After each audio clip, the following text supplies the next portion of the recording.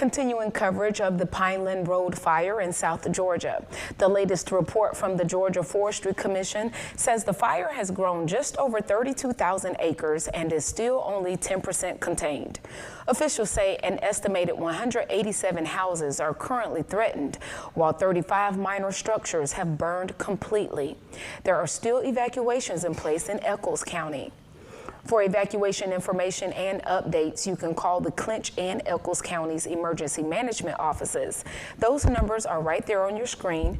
Echols County EMA wants to remind everyone to only take evacuation orders from officials, not what you see online. Now, with a state of emergency declared, the focus has shifted to an all-hands-on-deck response to stop this fire from spreading. Yeah, resources are pouring in from across the region and even at the federal level. Our Brianna Shaw is following the response to that. She joins us now. So, Brianna, tell us, how big of an effort are we talking about here?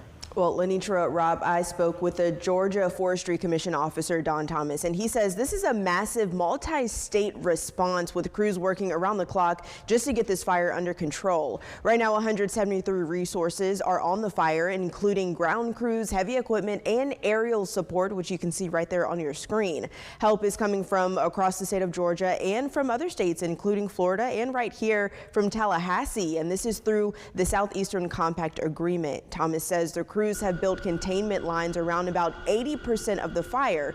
But here's the thing, those strong winds, historic drought, and low humidity continue to add fuel to the fire. Containment for us isn't just stopping the fire. Containment for us is ensuring that the fire is not going to spread. What that means is every stump pole, every log, everything that's smoldering and smoking, we're gonna make cold to the touch. Thomas says there's still a lot of work to be done. He says reaching full containment could take until July 1st.